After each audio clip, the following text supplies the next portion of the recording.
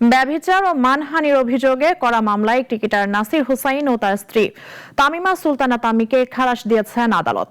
ঢাকার অতিরিক্ত chief metropolitan magistrate জসিতা ইসলামের আদালত এই রায় দেন। রায়ে সন্তুষ্ট জানান আসামি পক্ষের আইনজীবী। তবে আপিলে যাওয়ার কথা জানান তামিমার সাবেক স্বামী রাকিব হাসান। অলিল রনি রিপোর্ট। দীর্ঘ আইনি লড়াই, বিতর্ক আর জন আলোচনার কেন্দ্রবিন্দুতে ছিল একটি সম্পর্ক।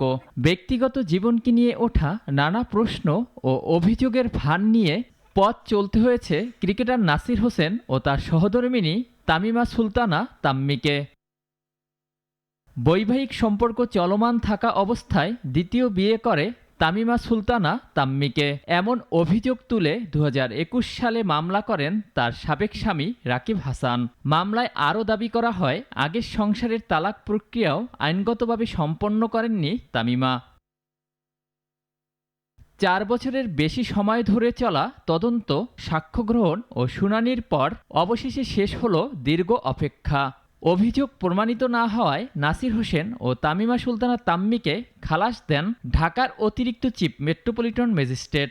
পূর্বোক্ত ডিসাইডেড তারিখে আজকে উভয় পক্ষের সাক্ষ্য পর্যালোচনা অন্তে উভয় আসামিকে বেকসুর খালাস দিয়েছেন।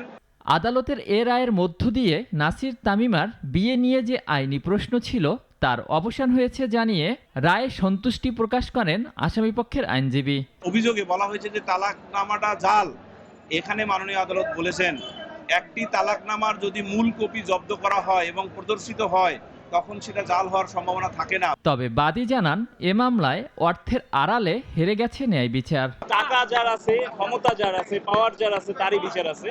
আমাদের মতো সাধারণ মানুষের পক্ষে কোনো বিচার। পরবর্তী পদক্ষেপ, রায়ের পূর্ণাঙ্গ কপি পেলে আপিলে যাবেন বলে জানান বাদীর আইনজীবী। আমরা অপেক্ষা করছি এই মামলার যখনই লিখিত রায় বের হবে তখনই তার বিপক্ষে, তার বিরুদ্ধে আমরা উচ্চ আদালতে আপিল করব। 2016 সালে রাকিবকে তালাক দেন তামিমা, আর 2021 সালে নাসির হোসেনকে বিয়ে করেন এই কেবিন ক্রু।